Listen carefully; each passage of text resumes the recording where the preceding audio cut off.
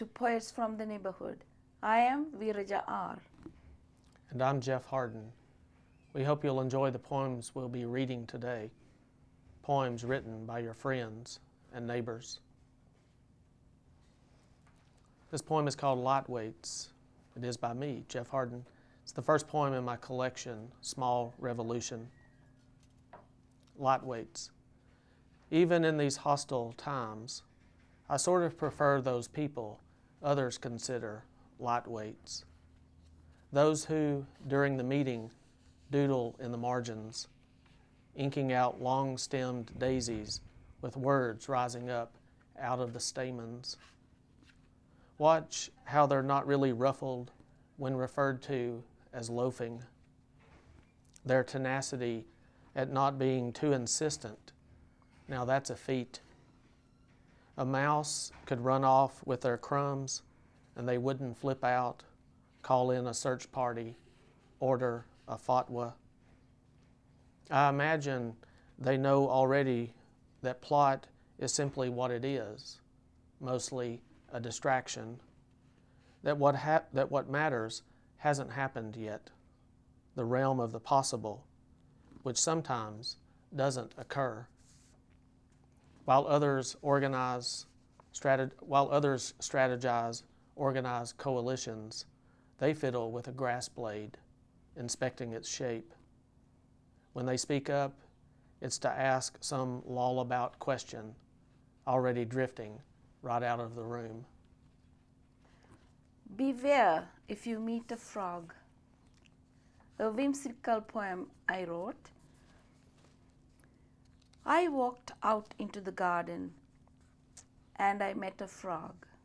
His eyes were shut, but his mouth was in a wide smile, ready to flip his tongue so sly at the innocent flyby.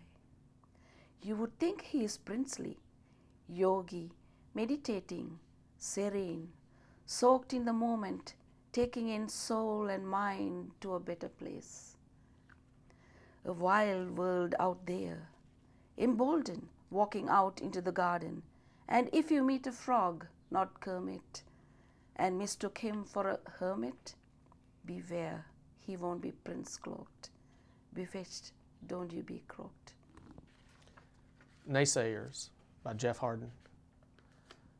Naysayers and I have a long history, though I doubt they pay me much mind. Out of principle, mostly, I'll lean toward affirmation, toward finding the excess instead of the absence. Too many nays lead to nonsense and shrugs. I propose stopping daily near a ditch line of clover will do to say yes, even if whispered.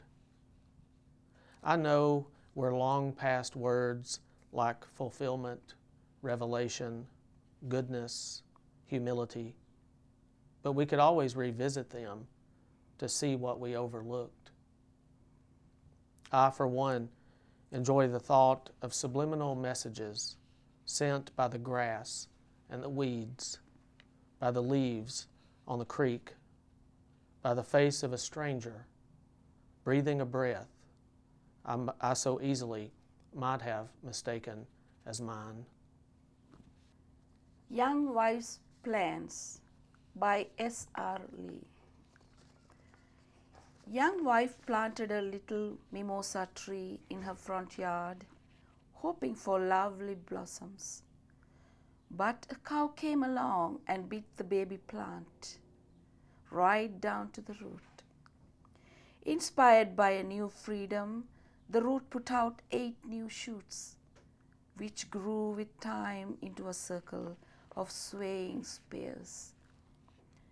Eventually, a man-sized bouquet of pink blossoms.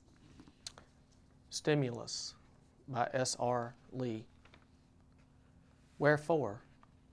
Moonlight, coffee, wind, chocolate, dawn, tea, rainbows, sugar, at fingertips or by rare chance, cold water, fragrance of baking, sunlight patterning through leaves.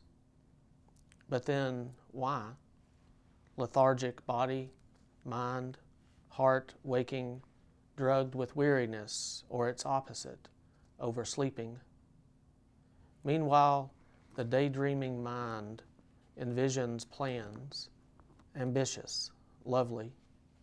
The body stretches and squirms, feels the smooth sheets, the cool room, rises, staggers, an uneasy balance, then off to morning chores of scrambled eggs, buttered toast.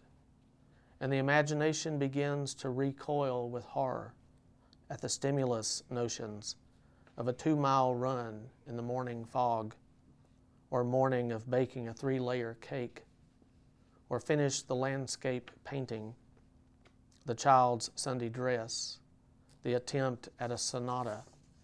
The whole person shrinks back, settles for the op-ed page of the New York Times, though the stubborn mind holds an image of moonlight bright in the forest. Porch Light by Brittanie Maccarone. All is pitch black. The night covers the moon and hides the stars. A dark mood covers my heart. I travel on the paved black road deeper into the night. It is late and I am weary. The mile markers fly by. The minutes bring me home. I begin to yearn for the white light that will burst through the darkness. The light that will declare I have reached my destination.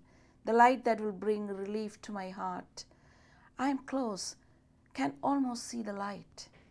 The dark night begins to lighten. Hope surges in my heart. It should be around this turn, is it? Yes. I fling myself out of the car. It has barely stopped. I am drawn to it like a moth. It calls me.